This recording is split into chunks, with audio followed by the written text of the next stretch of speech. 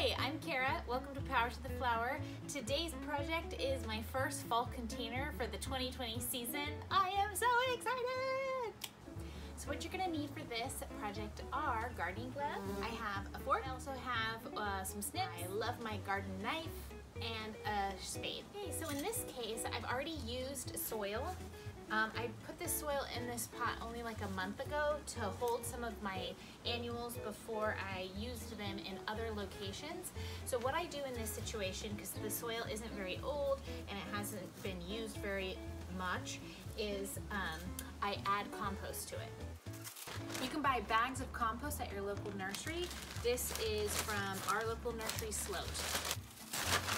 Oh, I put a healthy amount, and then I also add starter fertilizer. I love this brand, Evie Stone Sure Start. At this point, use your fork, mix it in. This is the first plant we're going to be using today. This is called a Rudbeckia Autumn Colors, and it says Sun to Part Sun.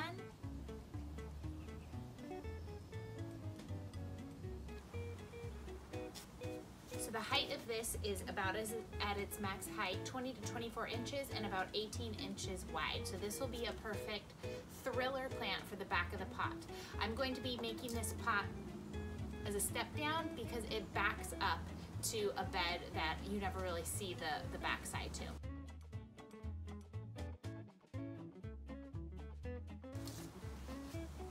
This is so beautiful. This is a coleus that I got at Home Depot, and it is called, the thing about Home Depot is that you don't always know what you're gonna get. This says shade, but they have these plants sitting out in the blazing hot sun all day and they look great, and I go to that store almost every day. So I'm gonna take a bet on this that it's a sun coleus, and I'm gonna put it in the sun and cross my fingers.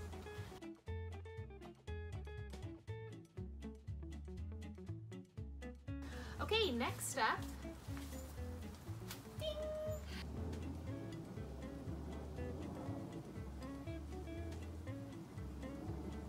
so this is called Toto Mix Gloriosa Daisy. Best in fertile, well-drained soil, remove dead faded flowers. Got it.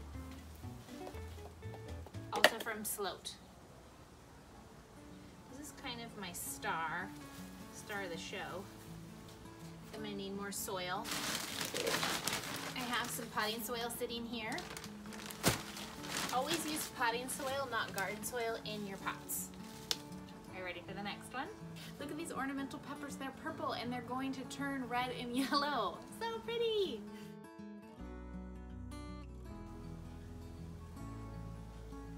So I'm gonna put this one right here in the front.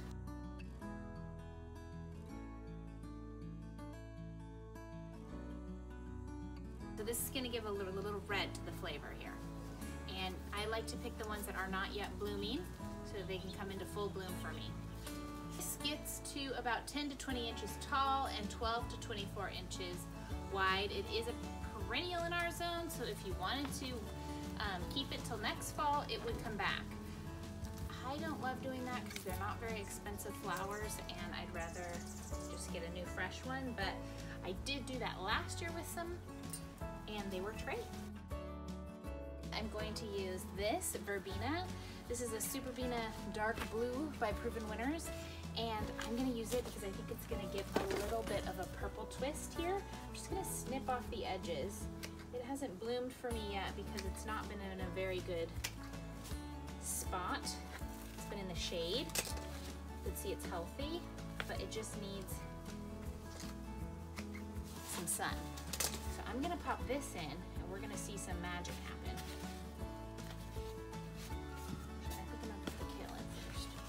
This is called Flowering Kale. It's coming out. It's my first time seeing it just today. I'm just picking off the pieces that are growing out the bottom that are yellow. How about that? Nice. And then over here, I'm gonna put that verbena. This verbena has been around the block. I keep transplanting it, poor thing.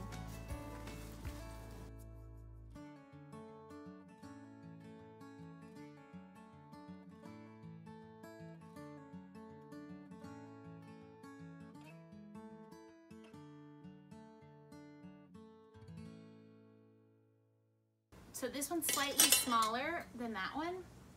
So we'll see if I can fit all of the plants. Especially here is the Proven Winners dark blue. You can see it starting to bloom here. Another plant that I've been moving around all over the place. It's clearly happy, but I'm gonna transplant it. So maybe we'll start with that so I have enough room for it, because its root ball is gonna be a little bigger.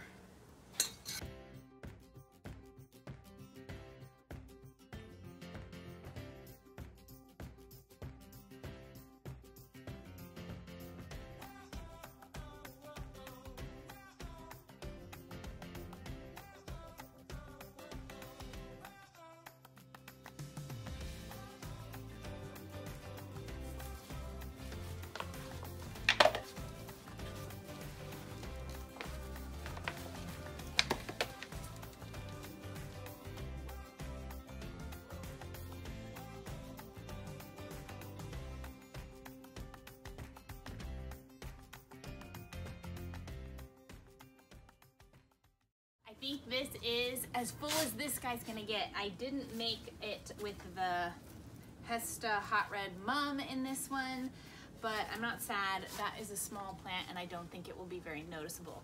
These are the sorts of things that you can think about in your own garden. What can you leave out if you're trying to make do with what you have, which is what I'm all about.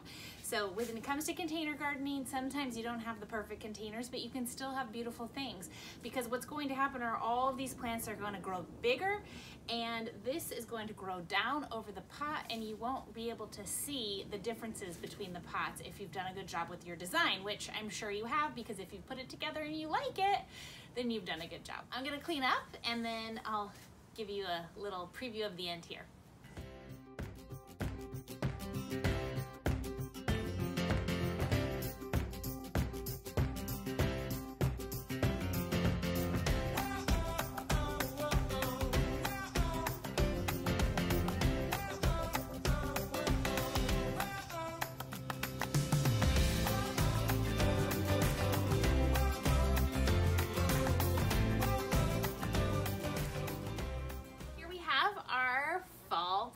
The first ones of 2020. Thank you so much for joining me for this. It was really fun to make.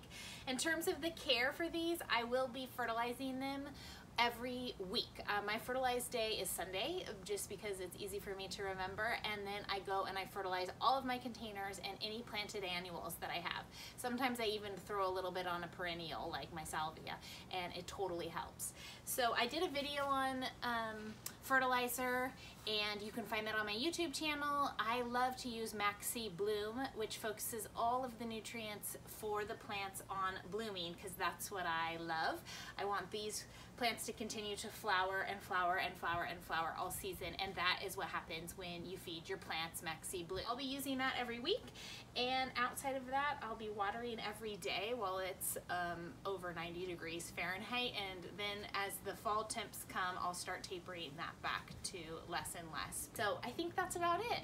I hope this was helpful for you, and I look forward to planting up some more things soon. So join me if you'd like. I'm on YouTube, Instagram, and Facebook, and you can catch my tags and names and everything at the end of this video. Okay, see you in the next one. Bye.